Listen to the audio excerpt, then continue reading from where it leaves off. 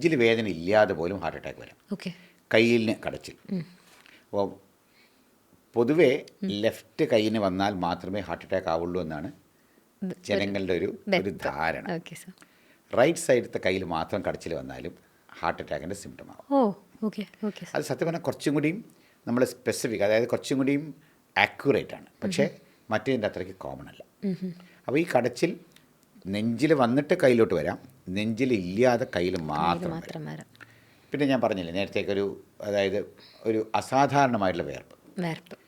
ഇപ്പോൾ നമ്മളൊരു diabetes patient ഒരുപാട് ഷുഗർ കുറഞ്ഞു പോയിട്ടുണ്ടെങ്കിൽ ഉണ്ടാവുന്ന ഒരവസ്ഥ, ടയേർഡ് ആയിട്ട് തോന്നും, ക്ഷീണിച്ച് ഇങ്ങനെ സ്വെറ്റ് ചെയ്തുകൊണ്ടിരിക്കുക. പക്ഷേ ഷുഗർ നോക്കുമ്പോൾ അത് നോർമലാണ്. അത് അഗെയിൻ അബ്നോർമലാണ്. അതൊരു ഹാർട്ട് ഡിസീസിൻ്റെ, ഒരു ഹാർട്ട് അറ്റാക്കിൻ്റെ സിംറ്റമാണ്.